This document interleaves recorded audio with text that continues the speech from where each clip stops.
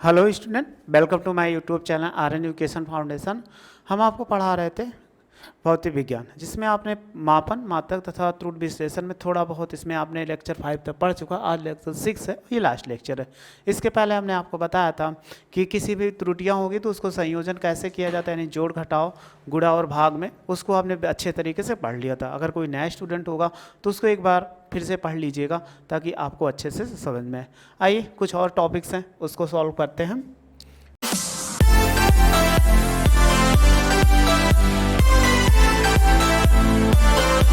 जैसे आज का टॉपिक क्या है, सबसे पहले संदिग्ध। संदिग्ध का मतलब आप जानते होंगे डाउट। ऐसा जैसे आपके घर पे अगर मान लो कोई अपरिचित व्यक्ति आता है, घर पे क्या होता है, घर के आरी बगल आपके घूमता है, तो आप उस पर डाउट करते हैं ये कौन सा हो सकता है, कोई चोरी करने वाला तो नहीं है। डाउट जरूर करते हो ना, होगा कि नहीं होगा ये कंफर्म नहीं होता, लेकिन डाउट आपके पास जरूर आ जाता है, तो उसी को बोलते हैं यहाँ पे संदिग्ध। संदिग्ध मतलब कोई संदिग्ध भी अगर आपसे यहाँ गुजर रहा है आपके घर से, जिसको आप जानते नहीं, तो वो क्या संदिग्ध होता है। तो ऐसे हमारे पास संदिग्ध अंक भी होते हैं। अब वो कैसे अंक होते हैं, आइए इसको समझते हैं। लिखा गया है इसी में, देखो पहले इसको हम पढ़ देते हैं। लिखा हुआ है किसी भौतिक राशि के परिमाण में अंतिम अंक को संदिग्ध अंक कहते हैं। यानी हम आपको पीछे परिमाण बताए थे, आप मालूम होगा, बहुत अच्छे तरीके से पढ़े होंगे, ऐसा नहीं हमें कोई कंफ्यूजन होगा कि परिमाण किसे कहते हैं। तो परिमाण आप पढ़े होंगे। अब उसमें पूछ रहा अंतिम अंक, अंतिम अंक जो होता है वही हमारा संदिग्ध होता है। आइए एग्जाम्पल समझते हैं ये कैसे होता है, क्या होता है, क्योंकि एग्जाम्पल से ज़्यादा बेहतर समझ में आएगा। बिना एग्जाम्पल के समझना हमारे लिए क्या हो जाए, थोड़ा सा टिपिकल होगा। आइए समझते हैं कि इसमें संदिग्ध अंक क्या होगा। जैसे एक एग्जाम्पल हमने ले लिया, कोई भौतिक राशि थी, उसका परिमाण हो जाए 332.25 और ये क्या हो सेमी, यानी हमने किसी वस्तु की लंबाई मापा। जब लंबाई मापा तो इसका परिमाण कितना आ गया 32.25, ये तो कन्फर्म है। लेकिन अभी कभी हमने पीछे पढ़ा था प्रतिशत त्रुटि या त्रुटियाँ पढ़ा था, तो एक चीज़ हम कहते थे कि ये 32.24 भी तो हो सकता था और 32.23 भी तो हो सकता था। तो आप में देखो ये आपके ये वाले अंक जो हैं वो सेम है। कौन से अंक, ये वाले, देखो ये अंक तो सेम है, कोई प्रॉब्लम नहीं, क्योंकि 32 लिखा हुआ है।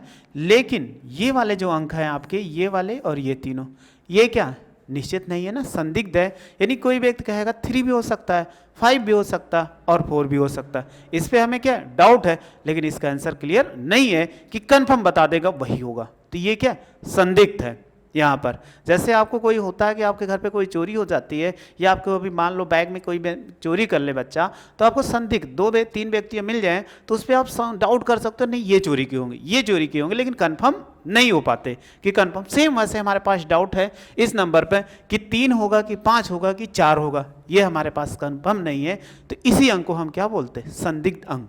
आया आपको समझ में। देखो सेम ये चीज़ कह रहा है इसमें कि जो राशि दी गई हो, ये राशि दी गई है, तो इसके परिमाण में अंतिम अंक, यानी ये लिखा हुआ है कि अंतिम अंक, अंतिम अंक क्या है, ये अंतिम अंक को संदिग्ध अंक कहते हैं। तो अंतिम अंक जो हमारा लिखा हुआ था, ये अंक क्या है, संदिग्ध अंक है। परिभाषा की आप फोटो ले लो। अब और आइए और एग्जाम्पल से समझते हैं कि और क्या होंगे, इसको देखते हैं कि हम कैसे और अंक निकालते हैं। जैसे कोई भी आपको मिल जाए, एक एग्जाम्पल और ले लेते हैं।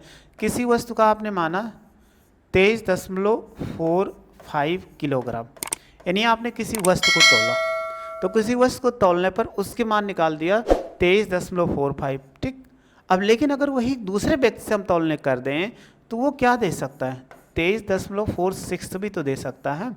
ऐसा आप कहोगे कि ऐसा हमारी कोई समस्या नहीं आएगी कि क्या होगा, तो ये कंफर्म है 23.46 माप सकता है, या तो 23 क्या होगा 4 माप सकता है, या 43 भी माप सकता है।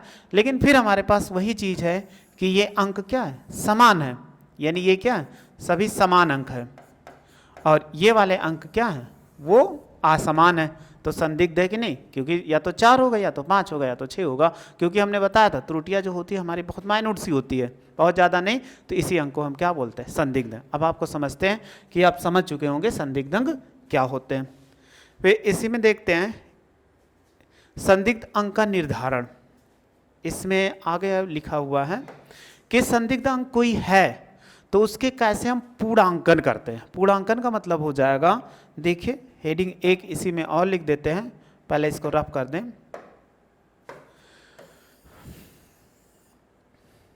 देखो अब हेडिंग क्या हो जाए, संदिग्ध अंक का पूर्णांकन, यानी हमें लिखा हो संदिग्ध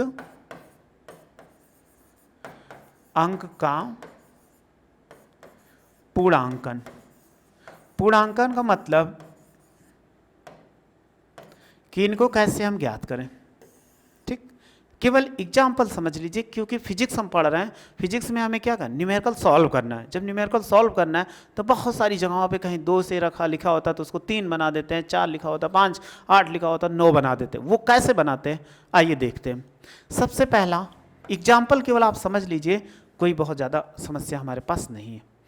पहला, केवल जो अंतिम अंक होता है वो 5, उसी से निर्धारण होता है। अंतिम अंक जैसे आपको मिल गया 2.35, ये मिल गया, ये सेमी में हो किलोमीटर से कोई मतलब नहीं। तो ये जो अंक लास्ट का अंक 5 है, यही आपका क्या करेगा अंतिम, इसी को हम क्या बोलते हैं संदिग्ध अंक, यानी इसी को हम क्या बोल रहे हैं संदिग्ध अंक। अगर इसी को संदिग्ध अंक बोल रहे हैं तो यही हमारा क्या करेगा निर्धारण करेगा इस मान का। तो समझते हैं कैसे करेगा। जैसे एग्जाम्पल्स ये हो गया, तो हमने एक पहला एग्जाम्पल्स ले लिया, इसको मान लेते जैसे 23.253 और इसके बाद हमने क्या लिख दिया यहाँ पर 4 लिख दिया। ठीक, तो अंतिम अंक कितना है, ये हमारा संदिग्ध अंक है। ये देखो 5 से छोटा है कि बड़ा है, तो क्या है आप कहोगे 4 जो होगा वो 5 से क्या होगा छोटा होगा। कंफर्म है, जब 4 5 से छोटा है तो हम क्या करेंगे, अगर ये अंक छोड़ रहे हैं, सपोज कर लीजिए संदिग्ध अंक को छोड़ रहे हैं, तो हम कैसे लिख सकते हैं, इसका आंसर 23.253 होगा, उसके अंक को छोड़ देंगे। जब कोई भी नंबर पूर्णांकन करते समय 5 से छोटा होगा तो उसमें क्या करते, उसके पहले वाले अंक में हम नहीं कुछ जोड़ते हैं। देखो ये 4 था तो नहीं जोड़ा। फिर दूसरा एग्जाम्पल समझते हैं, इसी में दूसरा एग्जाम्पल्स क्या होगा। अभी आप बस एग्जाम्पल्स याद रखिए, बहुत ज़्यादा इसको हमें नहीं समझना है।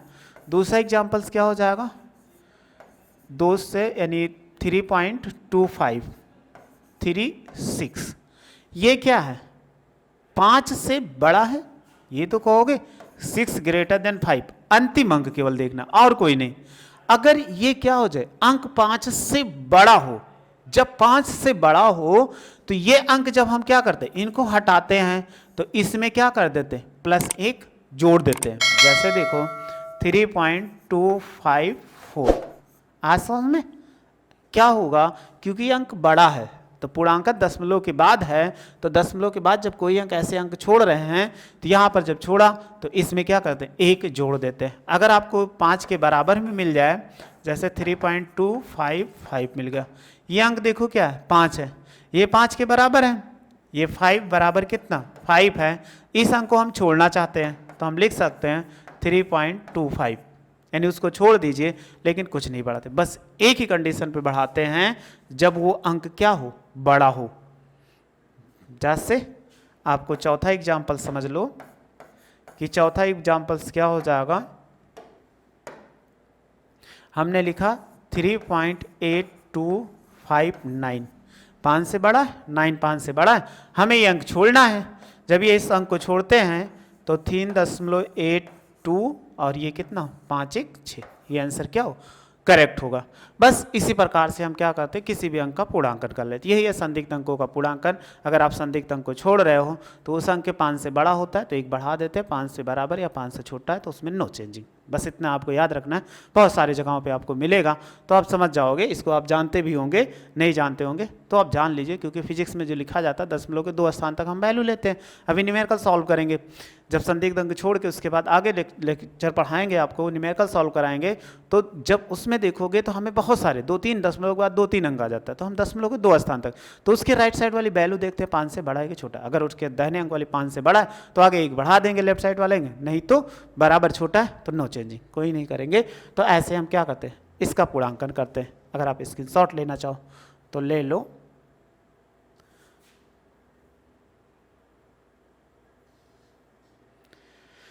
फिर इसके बाद देखते हैं कि अगला टॉपिक क्या है। ये हो गया संदिग्ध अंक। अब संदिग्ध अंक क्या है, ये वाला जो टॉपिक लिखा हुआ है आपके लिए, ये इससे कोई मतलब नहीं है, क्योंकि वो पिछले संदिग्ध अंक का था। हमने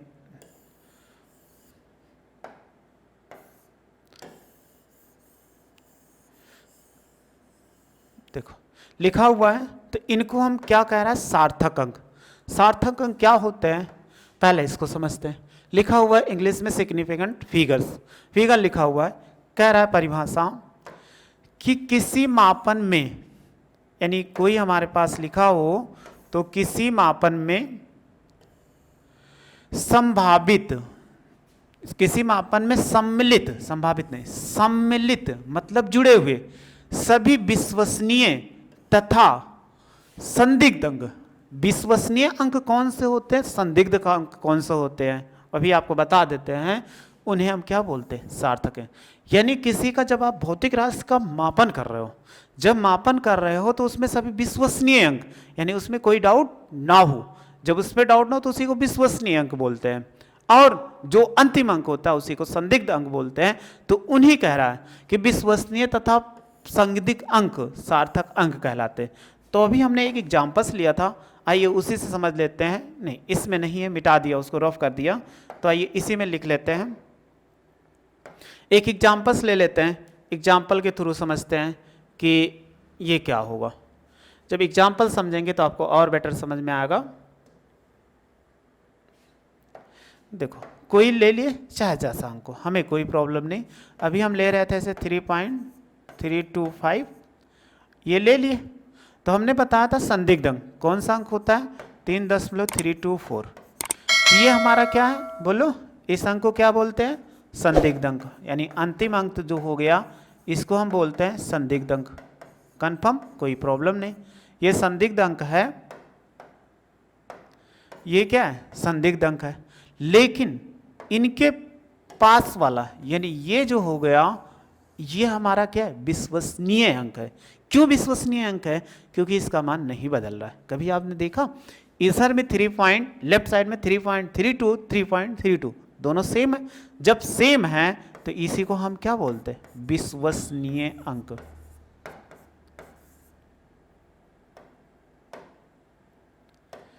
विश्वसनीय अंक। अब आया समझ में।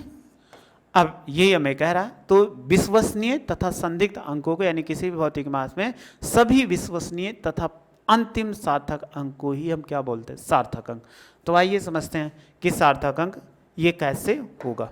अब इसको रफ नहीं करते, हम एग्जाम्पल से और समझते हैं। जैसे हमने एक एग्जाम्पल्स ले लिया, यहाँ पर 3.258 ऐसे ले लिया। अब इसमें आपसे पूछा जाए सार्थक अंक कितने हैं, आपसे पूछा जाए सार्थक अंक, आप बताइए कितने होंगे। अगर यही हम कहेंगे तो सार्थक, एक अंक गिन लीजिए, 1 2 3 4, 4 अंकों से यह संख्या बनी है तो ये 4 हो जाएगा। अगर हमने कहा 1 2 3 8 5, कितने अंक हैं सार्थक अंक, गिनो तो कितने हो जाएंगे। देखो 1 2 3 4 5 अंक हैं, तो ये 5 हो गए। ऐसे लिख दें 382.57, कितने अंक हैं, 1 2 3 4 5, तो 5 अंक है। तो सार्थक अंकों की संख्या कितना, 5। ठीक, अब इसको समझते हैं कैसे ज्ञात करते हैं, क्योंकि हमारे पास सार्थक अंक तो ऐसे हम लिख लेंगे, लेकिन शून्य एक ऐसा अंक होता है वो कभी सार्थक हो भी सकता है और सार्थक नहीं भी हो सकता है। यानी शून्य को हम ये नहीं कह सकते कि वो सदैव सार्थक अंक होगा और सदैव सार्थक अंक नहीं होगा, ऐसा नहीं कह सकते। तो शून्य के लिए कंडीशन है कि हम कौन सा सार्थक अंक होगा, कौन सा सार्थक अंक नहीं होगा, उसको देखते हैं। तो पहले आप स्क्रीनशॉट ले लो इसी का, ये ले लिए होंगे, फिर इसको, फिर देखते हैं कि कैसे हम क्या करते हैं, सार्थक अंक ज्ञात करते हैं। अब देखो सार्थक अंक ज्ञात करने के कुछ नियम हैं, उस नियम को हम बाकायदा अच्छी तरीके से समझते हैं। जब आपको नियम समझ में आ जाएगा तो बहुत आसानी से आप क्या कर सकते हो, इसमें निकाल सकते हो। जैसे समझते हैं कि इनमें क्या लिखा हुआ है। पहला कह रहा है कि सभी अशून्य सार्थक अंक होते हैं। अब अशून्य का मतलब क्या होता है, जो शून्य ना हो।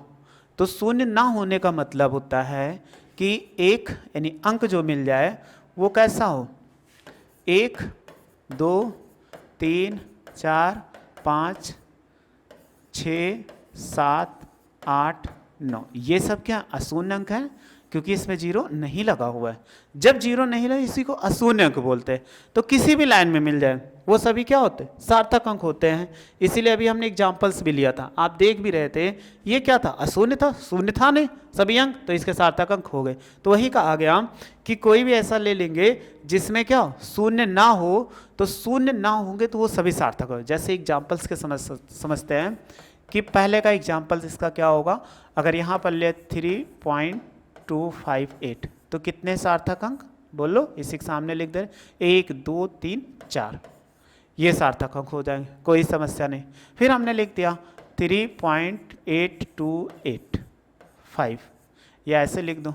अब देखो 23.8585, इसमें कितने अंक है, 1 2 3 4 5 6, तो कितना सार्थक 6, आप समझ सके होंगे।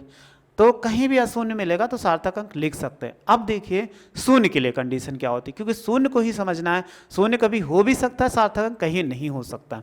गिनती मिलती है पूरी, कहीं भी लिख दो। अब देखो इसमें लिखा गया दो अशून्य संख्याओं के मध्य शून्य सार्थक अंक होता है। कैसे, यानी ये फर्स्ट एग्जाम्पल्स हो गया, सेकेंड का देखो, अब ये इसका एग्जाम्पल्स हो गया दोनों। फिर इसका एग्जाम्पल कह रहा दो अशून्य संख्याओं, अशून्य संख्याओं मतलब 1 से 9 तक, इनके बीच मिल जाए 1.09। तो देखो दो अशून्य अंक के बीच 2 और 9 के बीच 0 मिला हुआ है, तो इसमें सार्थक अंक कितना, 1 2 3 4, ये होगा। फिर हमने लिख दिया 1.008, बताइए कितने सार्थक अंक, क्योंकि अशून्य अंकों के बीच में है इसलिए सार्थक अंक कितना, 4। यहाँ भी ऐसे लिख सकते हो 101, अगर 101 लिख दोगे कितना, 1 2 3 4 5 6, दशमलव को छोड़कर, तो ये कितना बन गया, 6 सार्थक अंक। आपको समझ में आ चुका होगा। फिर कह रहा यदि शून्य दशमलव बिंदु के निर्धारण के लिए है लगा हो तो वह शून्य सार्थक अंक नहीं होता है। अब दशमलव बिंदु का निर्धारण क्या होता है उसको समझते हैं, तीसरा पॉइंट है, इसलिए तीसरा एग्जाम्पल देखो। कह रहा दशमलव जो लगा वो, जो 0 लगा वो दशमलव बिंदु के निर्धारण के लिए। जैसे हमने कहा एक संख्या लिखा, इसमें कहा 4 अंक बाद आप दशमलव लगाओ, तो कैसे लगाओगे, यहाँ 2 ही अंक तो है और नहीं है, तो हम इनके लिए क्या करेंगे, आप 2 0 बढ़ा लो, तो ये दशमलव लग गया कि नहीं। तो ये जो 0 लगा हुआ है दशमलव बिंदु के निर्धारण के लिए, तो इसमें सार्थक अंक कितने होंगे, बोलो कितने होंगे, 2, क्योंकि हमने बताया था अगर शून्य जो लगा हो ये दशमलव बिंदु के निर्धारण के लिए, तो वो जो शून्य होता है वो सार्थक अंक कभी नहीं होगा। तो ये सार्थक अंक कितने होंगे, क्योंकि 2 अंक है। और एक एग्जांपल समझ, 0.002005, अब आप बोलो कितना होगा सार्थक अंक। अब कहोगे ये तो दोनों नहीं होंगे, लेकिन ये देखो अशून्य अंक के बीच में मिले 2 और 5 में, तो इसमें सार्थक अंक कितना, 4।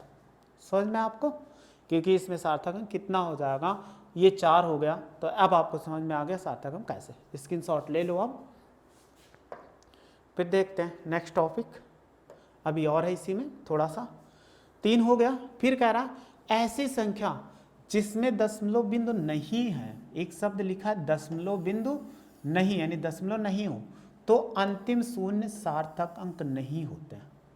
यानी कोई ऐसी संख्या लिख दिया जिसमें एक चीज लिखा हुआ वहां दशमलव बिंदु ना हो तो उसको सार्थक अंक नहीं लेते।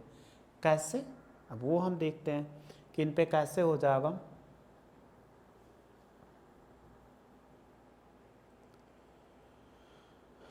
देखो कैसे होगा, एक सेकेंड, ये कैसे होगा उसको समझते हैं एग्जाम्पल के थ्रू।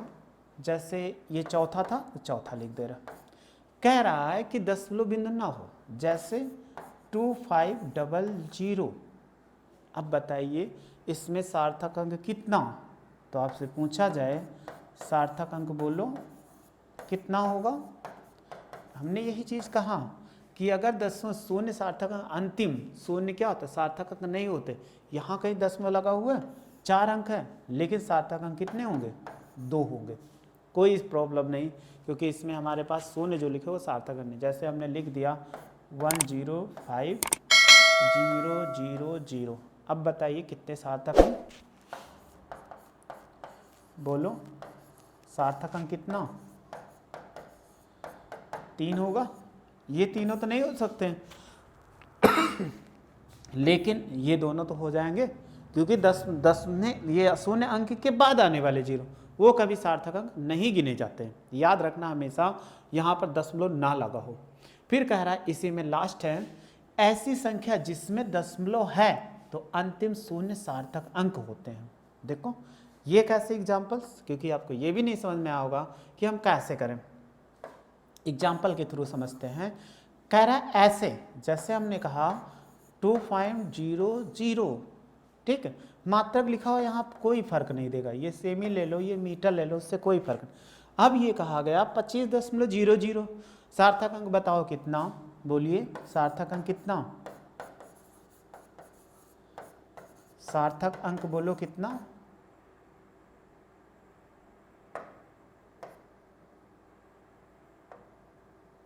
देखो ये सार्थक लिखा हुआ है, सार्थक अंक कितने होंगे, देखो 1 2 3 4 हो जाएंगे।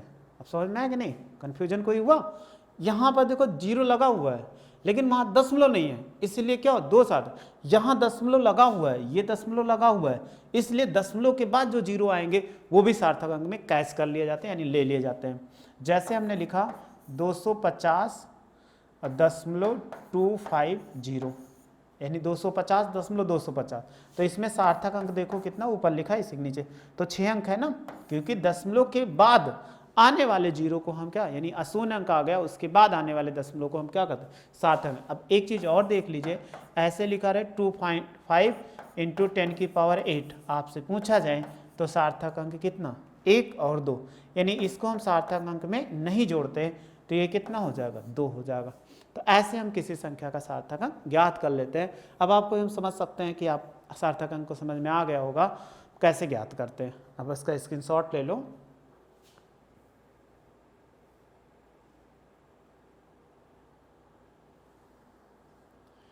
ये हो गया। फिर नेक्स्ट टॉपिक देखते हैं, लास्ट है सार्थक अंक तथा गणितीय संक्रियाएं। संक्रिया का मतलब ऑपरेशन ऑफ सिग्निफिकेंट फिगर्स। अब ऑपरेशन का मतलब होता है, ऑपरेशन आपने पढ़ा होगा, आप ऑपरेशन आप तो जोड़ लिए होंगे कि नहीं, ऑपरेशन हमारे मेडिकल साइंस में होता है। जैसे मेडिकल में हम क्या करते हैं, वहाँ पे कहते हैं किसी पेट चीरना तो ऑपरेशन हो गया, ठीक है, वैसे हम क्या करते हैं, हमारे गणितीय संक्रियाओं में जो ऑपरेशन होता है वो कौन कौन से ऑपरेशन होते हैं, अगर आपको ना मालूम हो तो देख बहुत सारे होते हैं।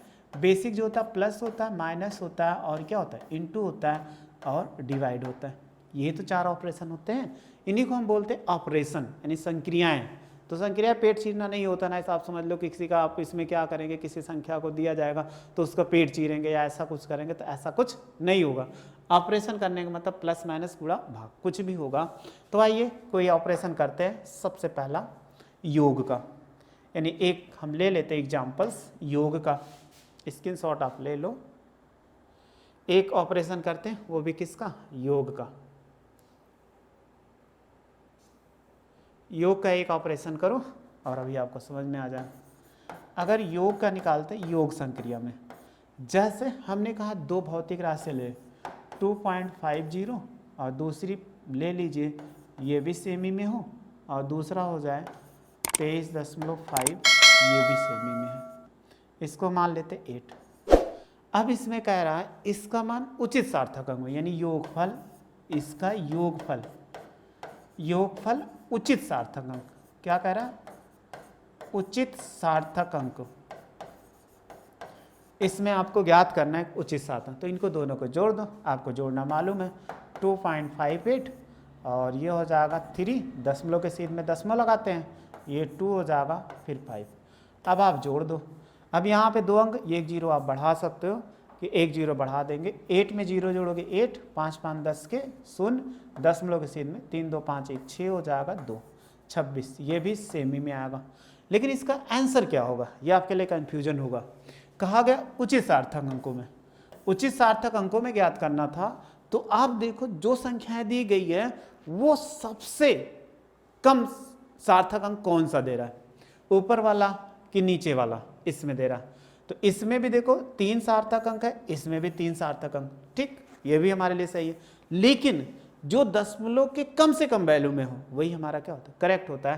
तो यहाँ दशमलव के 1 अंक पश्चात, यहाँ दशमलव के 2 अंक पश्चात है, तो 2 स्थान तो अब निकालते हैं जो सबसे कम सार्थक अंक, वही हमारा आंसर होता है।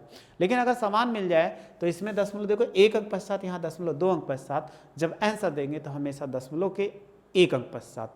यहाँ पे भी देखो 4 अंक आ गए, तो हमारा क्वेश्चन 3 अंक में था, हम 4 अंक में नहीं दे सकते, तो 3 अंक में देंगे। इसका उत्तर क्या होगा उचित सार्थक अंक में, देखो 26.1 सेमी। क्यों? क्योंकि अभी हमने एक बताया था आपको पूर्णांकन 8 क्या है, 5 से बड़ा है ना, जब 5 से बड़ा है तो 1 जोड़ देंगे। इसमें 3 सार्थक अंक थे, आंसर भी हम क्या करते हैं 3 सार्थक अंक में देते हैं। स्क्रीनशॉट ले लो, आप ले लिए होंगे। ऐसे क्या करेंगे, हम जोड़ में निकाल लिए, फिर आप क्या करते हैं घटाव में निकालते हैं, घटाव में निकालो, सेम वही प्रक्रिया होगी, कोई नई प्रक्रिया नहीं होती। जैसे हमने कहा 23.85, इसको फिर ले लिया 3.235, इसी को क्या करना है घटाना है, यानी आपको क्या करना है इसको घटाना है और आंसर उचित सार्थक। तो जो बड़ा है 23.85 और दशमलव छेद में 0.235 ऐसे, और यहाँ पे 3 हो जाएगा। घटाइए तो इसके ऊपर अंक कोई नहीं, 0 बड़ा, 10 में से ऊपर 1 ले लेंगे, 10 में से 5 गया 5, 1 हासिल 4, 4 में से 3 गए 1, और 8 में से 2 गया 6 दशमलव, और 3 में से 3 जाएगा 0, 2 हो गया। अब इसका आंसर कितना होगा, उत्तर बताना उचित सार्थक अंक में। तो बताइए, ये 4 अंक में ये भी है, 4 अंक में ये भी है, हमारे लिए ये समस्या है। लेकिन जो दशमलव के न्यूनतम स्थान तक देगा वही आंसर होगा। तो दशमलव के न्यूनतम स्थान कितना 2, तो 2 यहाँ दे देंगे, ये 5 से बड़ा है तो 20.5 के बराबर है 1, ये आंसर हो जाएगा। यानी ऐसे निकाल लेंगे। आइए 1-2 क्वेश्चन और सॉल्व कर लेते हैं। अब गुणा में हो गया, भाग में आपको ये समझ में आ गया होगा, स्क्रीनशॉट ले लो। फिर एक और गुणा में बाकी है, गुणा में भी सीख लेते हैं कि गुणा में कैसे करते हैं। सेम वही चीज़, जैसे हमने कहा 2.5 और गुणा कराइए 1.5 तक, ठीक, ऐसे गुणा कराइए, ऐसे लिख देते हैं 1.15 गुणा कराइए। तो आप गुणा कराओगे 1.15, 3 अंक वाला ऊपर लिख लिए और इसको क्या ले 2.5, आप गुणा करा दीजिए, 5 25, 5 1 के 5, 2 7 और 5 1 के 5, गुणा कराइए 2 पंचे 10 के 0 और 2 1 के 2, 1 3 हो जाएगा, 2 1 के 2। अब आप जोड़ते हैं तो 5 जोड़ दीजिए, 7 हो जाएगा, 5 होगा, 3 होगा, 2 होगा। अब दशमलव कितने हैं 2 अंक पश्चात ऊपर 1, 3 अंक पश्चात, तो पीछे से कितना 3। अब आंसर कितना होगा, फिर हमारे लिए प्रॉब्लम आया कि आंसर कितना होगा।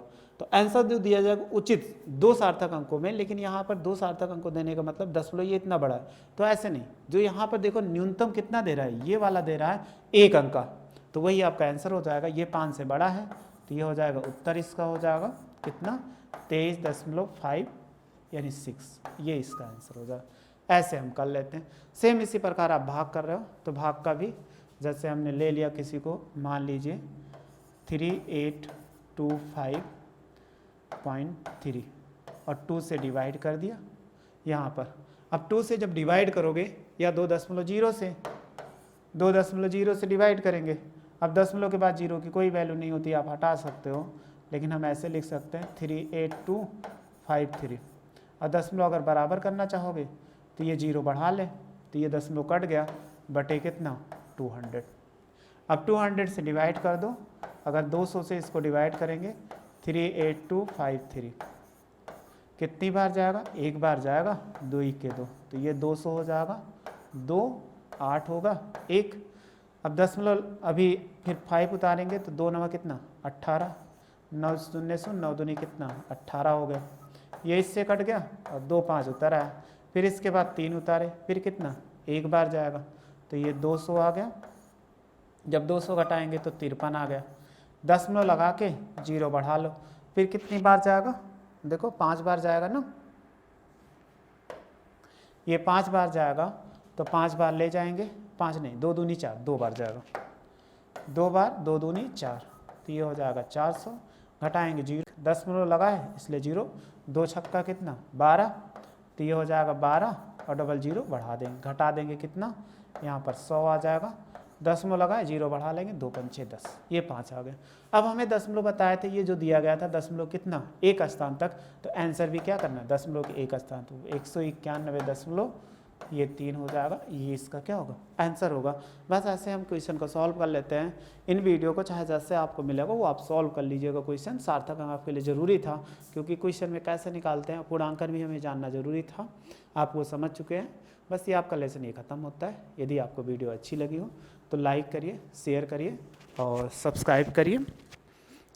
वीडियो देखने के लिए थैंक यू सो मच।